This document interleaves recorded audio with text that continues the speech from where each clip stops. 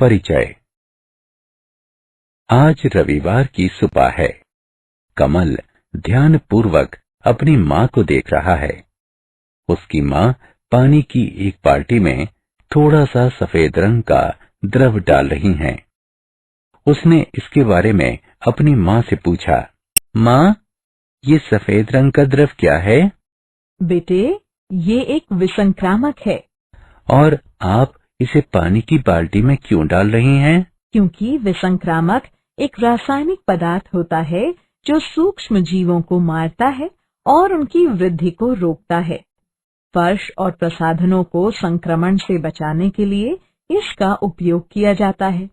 माँ, क्या हम इसका प्रयोग सीधे घावों पर कर सकते हैं? नहीं बेटा, हम विसंक्रामक को सीधे घावों पर नहीं लगा सकते। लेकिन यदि हम विसंक्रामक के बहुत निम्न सांद्रता वाले विलयन का प्रयोग करें, तो हम इसे एक एंटीसेप्टिक के रूप में भी प्रयोग कर सकते हैं। माँ, मैं इसके बारे में और अधिक जानना चाहता हूँ। अच्छा बेटा, आज मैं तुम्हें इसके बारे में और अधिक जानकारी दूंगी। छात्रों, आज हम इसके बारे में अपने अध्याय दैनिक जीवन में रसायन इसमें विस्तार से चर्चा करेंगे। उद्देश्य: इस पाठ के अंत में आप निम्न करने में सक्षम हो जाएंगे।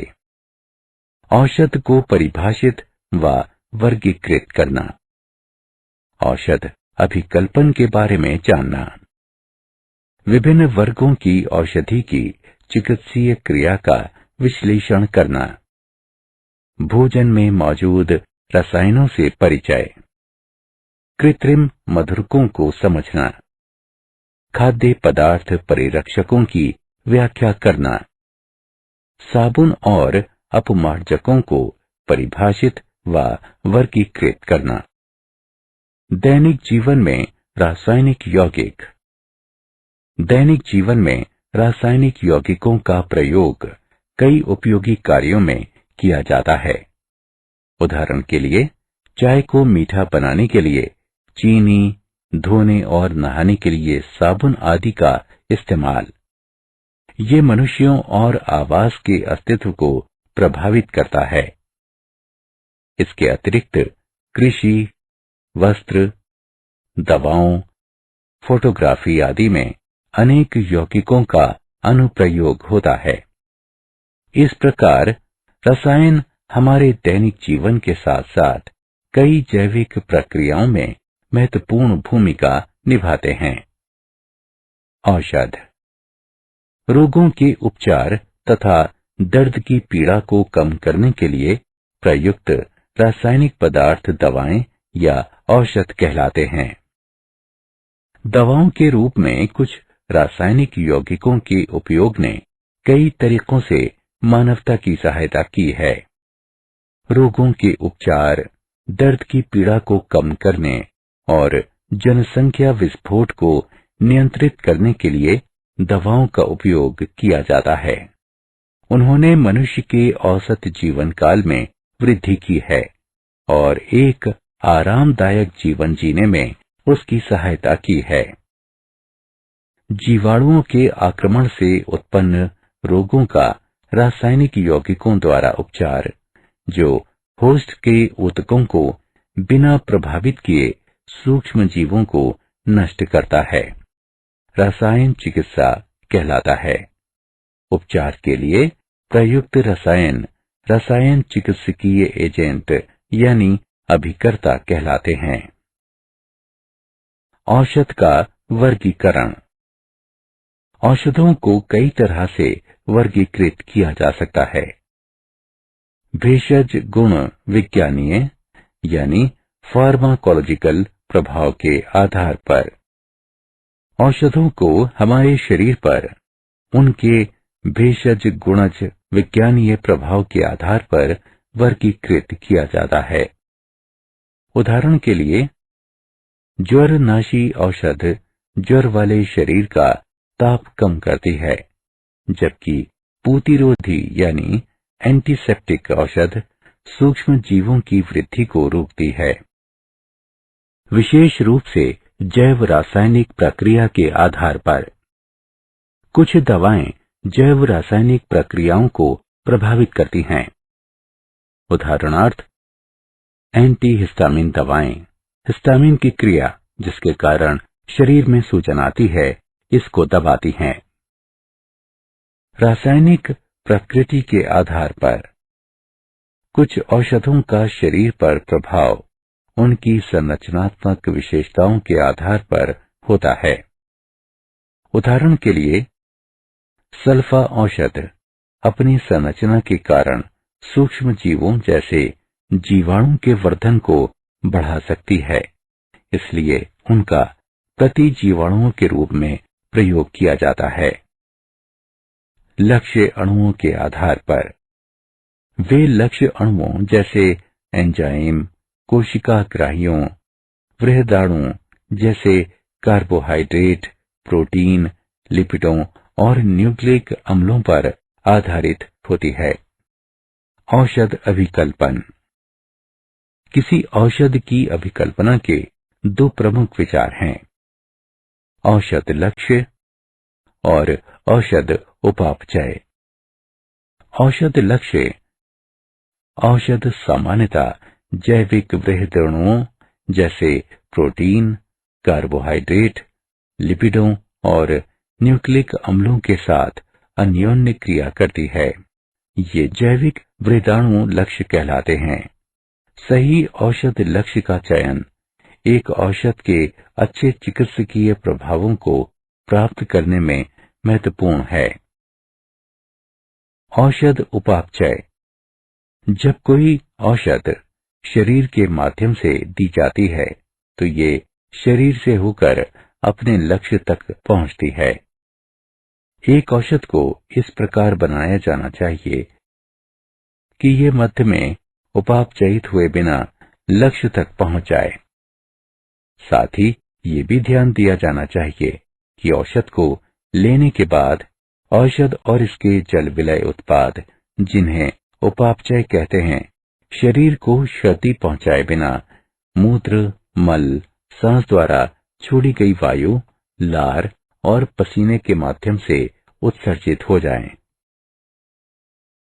औषध लक्ष्य अन्योन्य क्रिया।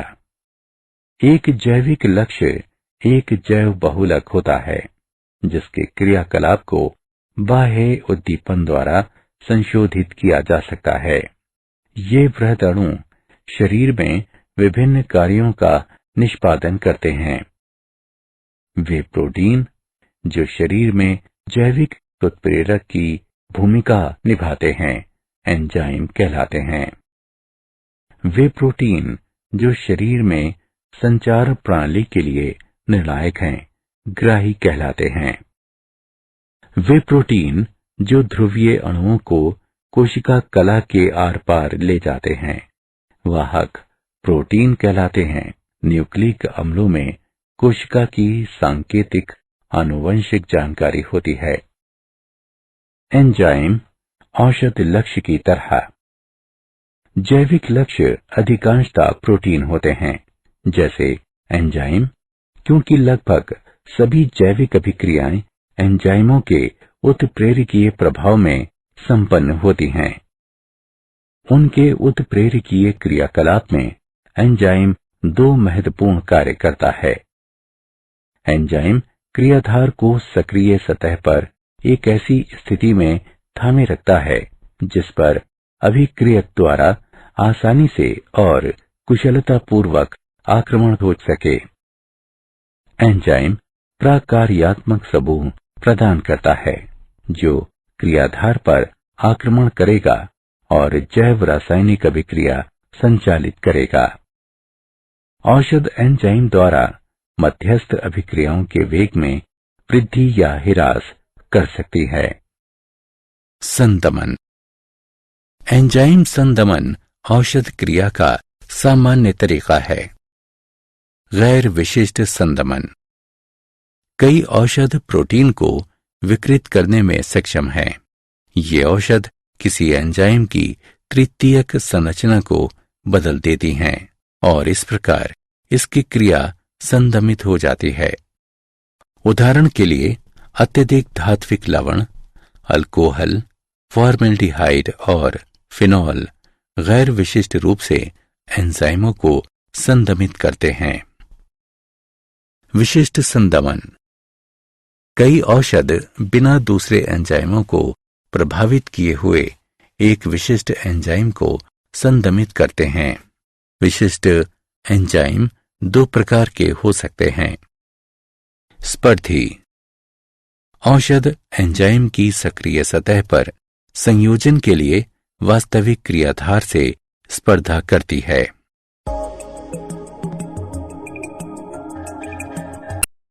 अस्पर्धी। कुछ औषध एंजाइम की सक्रिय सतह से आबद्ध नहीं होती है, लेकिन एंजाइम की भिन्न सतह से आबद्ध होती है, जिसे एलोस्टीरिक सतह कहते हैं। एलोस्टीरिक सतह पर संदमक का यह संयोजन सक्रिय सतह की आकृति को इस प्रकार बदल देता है कि क्रियाधार इसे पहचान नहीं पाता और इस तरह एंजाइम अपना उत्प्रेरकीय गुण खो देता है। ग्राही औषध लक्ष्य की तरह। ग्राही वे प्रोटीन होते हैं जो शरीर में अपने स्वयं के रासायनिक संदेशवाहकों जैसे हार्मोन और तंत्रिकीय संचारकों को पहचानकर प्रतिक्रिया करते हैं। ग्राही प्रोटीन कोशिका की सतह के दोनों ओर या प्रेरक कोशिका के भीतर स्थित होते हैं। शरीर में दो तंत्रिका कोशिकाओं और तंत्र कोशिकाओं एवं पेशी के मध्य संदेश का संचार रासायनिक संदेशवाहकों द्वारा होता है, जो ग्राही की बंधनी सतह पर ग्रहण किए जाते हैं। संदेशवाहक को समायोजित करने के लिए ग्राही के आकार में परिवर्तन होता है। इससे संदेश कोशिका में पहुंच जाता है। इस प्रकार ग्राही दो प्रमुख कार्य करते हैं। संदेशवाहक अणु की पहचान, संकेत का एक प्रतिक्रिया में पारगमन। शरीर में अत्यधिक संख्या में अनेक प्रकार के ग्राही होते हैं जो अलग अलग रासायनिक संदेशवाहकों से अन्योन्य क्रिया करते हैं। ये ग्राही रासायनिक संवाहकों में से एक के मुकाबले दूसरे के प्रति चयनात्मकता दिखाते हैं। एगोनिस्ट एक ऐसी औषध है जो एक उद्दीपन प्रकार वाली प्रतिक्रिया उत्पन्न करती है। ये प्राकृतिक संदेशवाहक की नकल करके ग्राही सतह को सक्रिय कर देती है और इस प्रकार एक प्रतिक्रिया शुरू होने में सक्षम हो जाती है। एंटागोनिस्ट एक एंटागोनिस्ट औषध ग्राही सतह से अन्योन्य क्रिया करके उस ग्राही के लिए प्राकृतिक प्रतिक्रिया को अवरुद्ध कर देती है। विभिन्न वर्गों की औषधों के चिकित्सीय प्रभाव। अब हम कुछ वर्गों की औषध के चिकित्सीय प्रभाव पर विचार विमर्श करेंगे। प्रति अम्ल। भोजन के पाचन और अच्छे स्वास्थ्य के लिए अमाशय में अम्लीय पीएच आवश्यक है, लेकिन अमाशय में अत्यधिक अम्लता से बेचैनी, असंतोष और अमाशय का अल्सर होता है। रासायनिक पदार्थ जो अमाशय के रसों में अम्ल की अधिकता को उदासीन करते हैं और अमाशय में पीएच को उपयुक्त स्तर तक लाते हैं, प्रति अम्ल कहलाते हैं। उदाहरण के लिए सोडियम बाइकार्बोनेट और एल्यूमिनियम और मैग्नीशियम का मिश्रण आमतौर पर प्रयुक्त होने वाले प्रति अम्ल हैं। प्रति हिस्टामिन।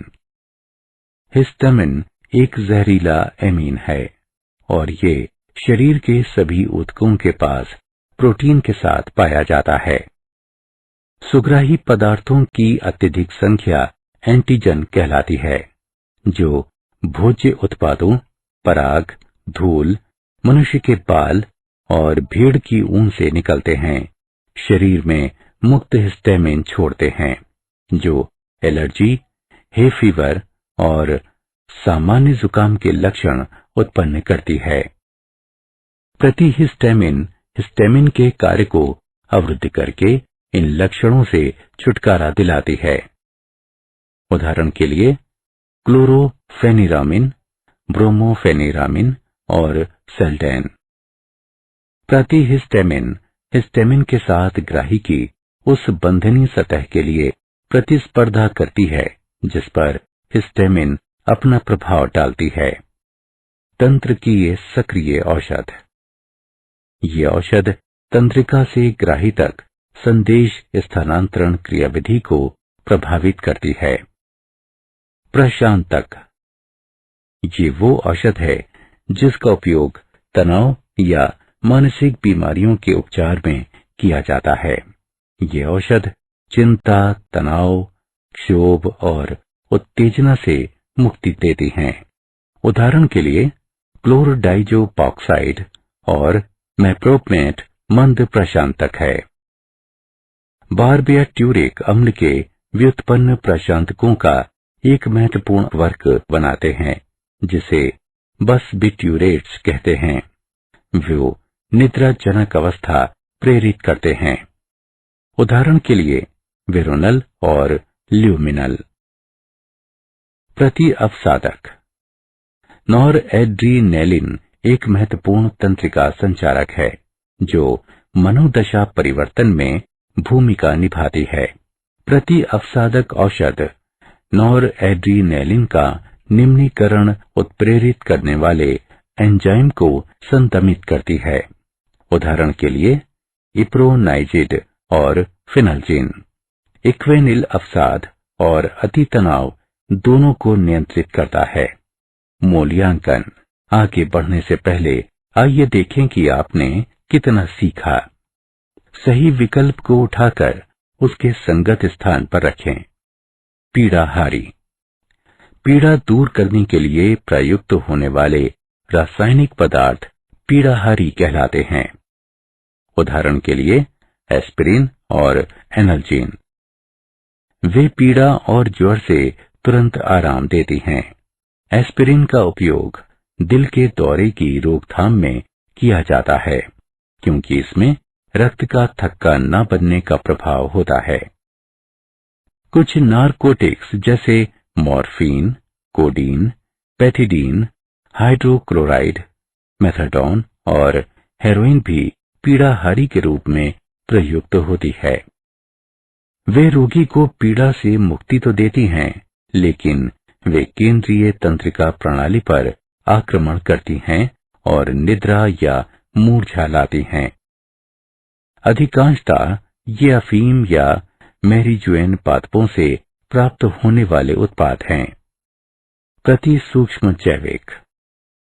ये यौगिक जीवों और मनुष्यों में संक्रमण उत्पन्न करने वाले सूक्ष्म जीवों की वृद्धि को संदमित करते हैं या उन्हें मार देते हैं। सूक्ष्म जीव औषधों में जीवाणुनाशी, जीवाणु निरोधी और प्रतिजैविक शामिल हैं। प्रतिजैविक। पूर्ण या आंशिक रूप से रासायनिक संश्लेषण द्वारा प्राप्त वे पदार्थ जो कम सांद्रता में सूक्ष्म जीवों के उपापचयी पराक्रमों में अवरोध उत्पन्न करके उनकी वृद्धि को संदमित करते हैं या उन्हें नष्ट करते हैं। उदाहरण के लिए पेनिसिलिन, एम्पिसिलिन या स्ट्रेप्टोमाइसिन। एक प्रतिजैविक द्वारा आक्रमण किए गए सूक्ष्म जीवों की पूरी रेंज स्पेक्ट्रम कहलाती है। प्रतिजैविकों को दो प्रकारों में बांटा जा सकता है।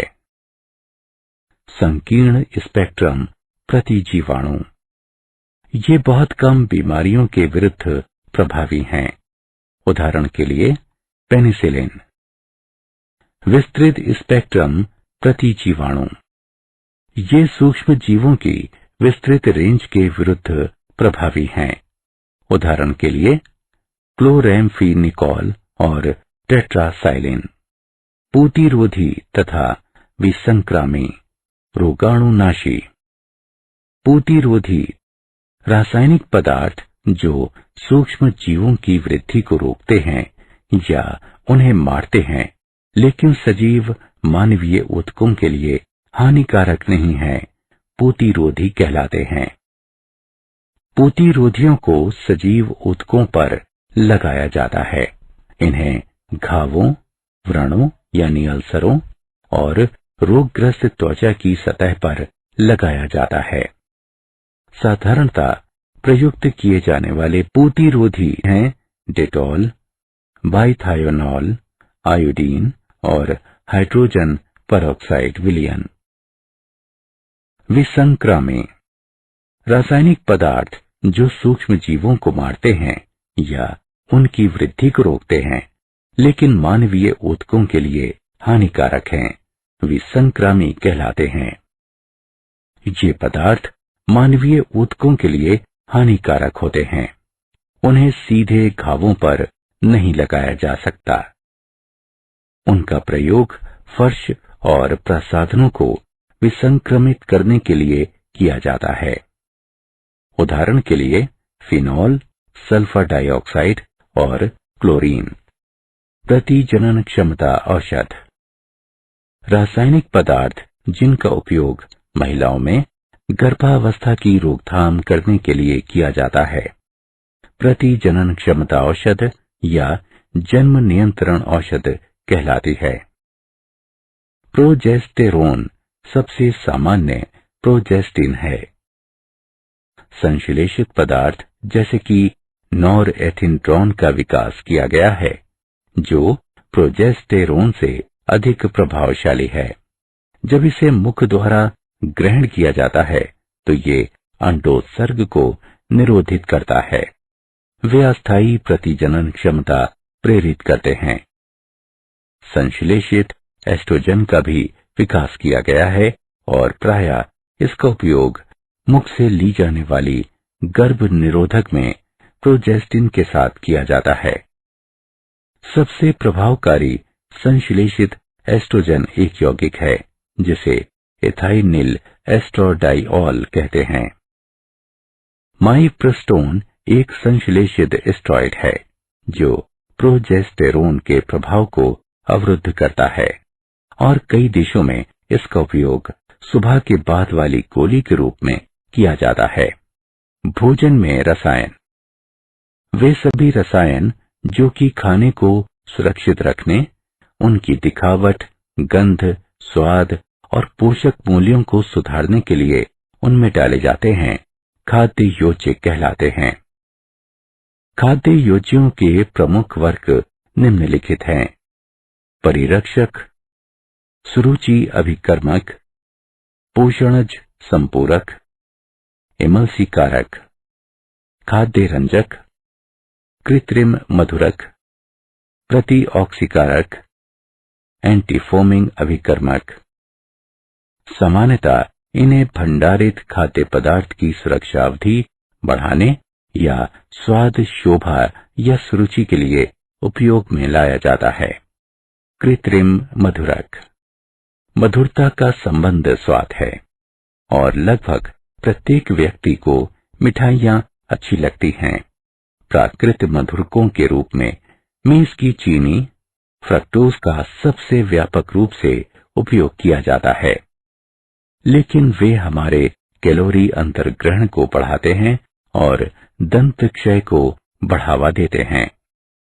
कृत्रिम मधुरक चीनी से अधिक मीठे होते हैं और उनमें निम्न कैलोरी या अपोषक मधुरक होते हैं।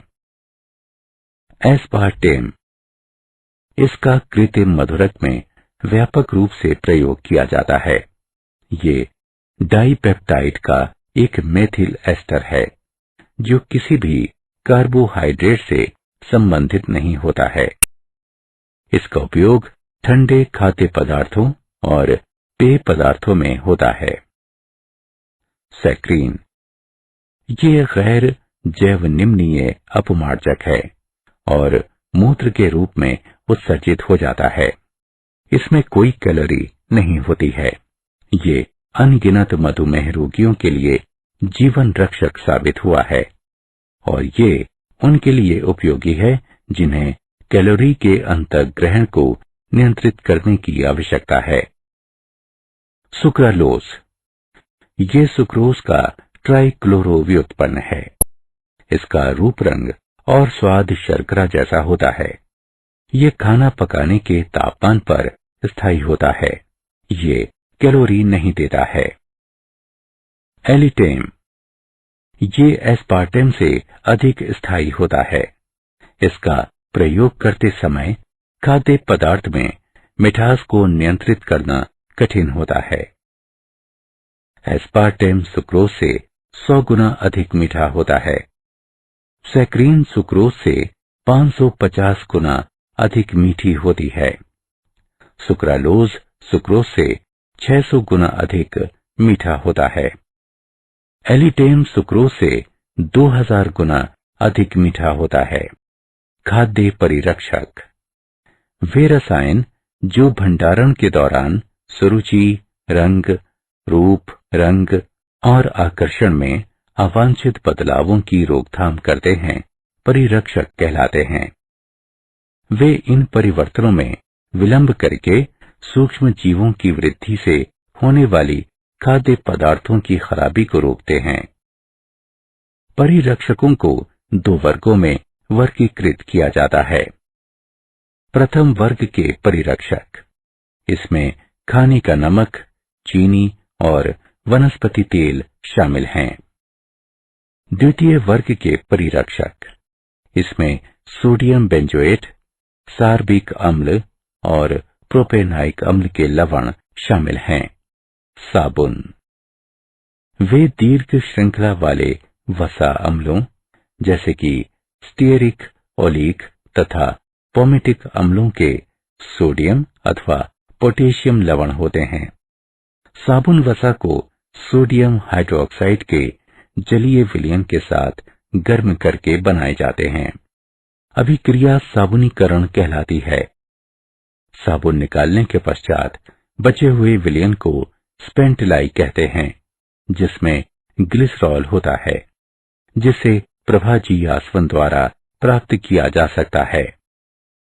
सोडियम और पोटेशियम साबुन जल में विलय होते हैं और उनका उपयोग सफाई कार्यों में होता है।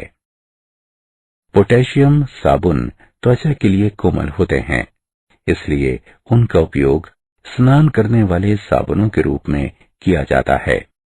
इन्हें सोडियम हाइड्रोक्साइड के स्थान पर पोटेशियम हाइड्रोक्साइड का विलयन प्रयोग करके बनाया जाता है। साबुन के प्रकार, घटकों के आधार पर साबुन कई प्रकार के होते हैं। प्रसाधन साबुन, इन्हें उत्तम प्रकार के वसा एवं तेलों से बनाया जाता है तथा क्षार के आधिक्य को निकालने का ध्यान रखा जाता है। इन्हें अधिक आकर्षक बनाने के लिए रंग और सुगंध मिलाए जाते हैं।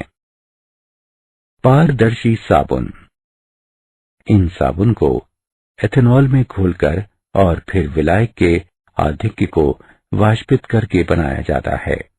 पारदर्शी साबुन प्राप्त करने के लिए ग्लिसरॉल भी मिलाया जा सकता है। इन्हें शुष्क त्वचा के लिए उपयोग में लाया जाता है। औषध साबुन, पूतिरोधी गुण डालने के लिए साबुन में बाइथियोनॉल मिलाया जाता है। कुछ साबुनों में डिओडोरेंट मिलाए जाते हैं। दाढ़ी बनाने वाले साबुन, रोजिन नामक गोंद दाढ़ी बनाने वाली साबुन में डाली जाती है, जो सोडियम रोजिनेट बनाता है, जो अच्छी तरह से झाग बनाता है। जल्दी सूखने से बचाने के लिए इनमें ग्लिसरॉल मिलाया जाता है।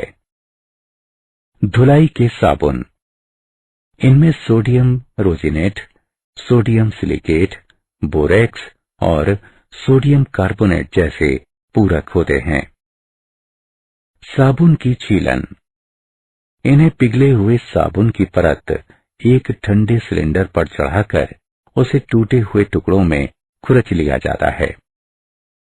दानेदार साबुन, ये सूखे हुए छोटे छोटे साबुन के बुलबुले होते हैं। अपमार्जक, वे सल्फ्यूरिक अम्ल के सोडियम या पोटेशियम लवण होते हैं।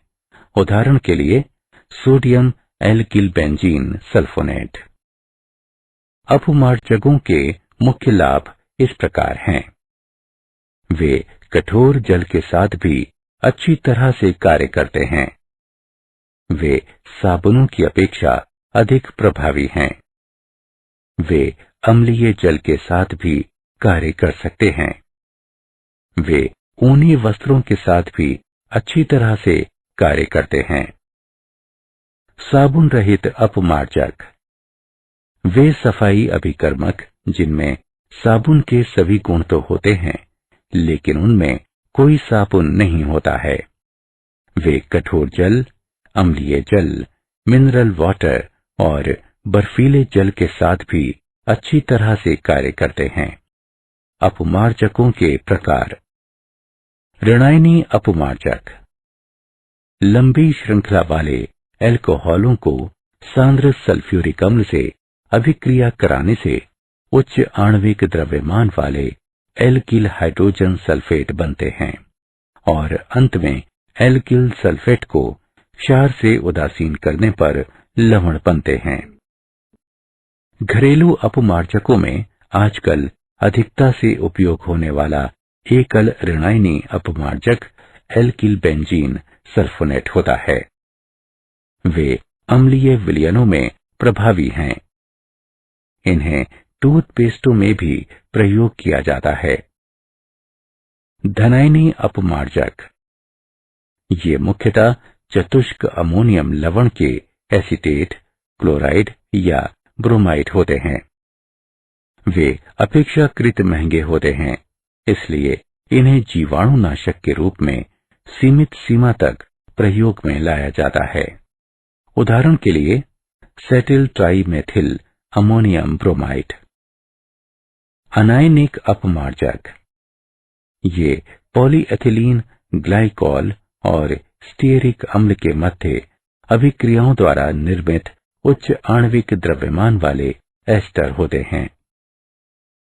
कुछ बर्तन धोने के उपयोग में आने वाले द्रव अपमार्जक अनायनिक प्रकार के होते हैं। क्या आप जानते हैं, विश्व स्वास्थ्य संगठन का अनुमान है कि विश्व की 80% आबादी शाकीय औषध प्रयोग करती है।